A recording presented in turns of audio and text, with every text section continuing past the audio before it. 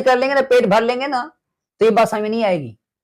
اب سمجھ میں آئے گی جب ہماری یہ کیفیت بن رہی ہے کہ یار ہم کو ابھی پانی ملے کوئی چینے تو پتہ چلے، کچھ کھانے کو ملے کوئی لے تو پتہ چلے. اس وقت ایثار کا مطلب سمجھ میں آتا ہے کہ اب ہم کو ضرورت بہت ہے، لیکن اس ٹائم جو افطاری کا ٹائم ہو اس ٹائم اگر کسی کو صدقہ کر دے، بندہ دے دے، یہ ایثار حقیقی ہے کہ میری ضرورت کی چیز تھی، ہاں، اور میں نے ضرورت اپنی ضرورت پر دوسرے کی ترجیح دے کو اس کو دے دی. یہ ایثار ہے. یعنی اہل بیت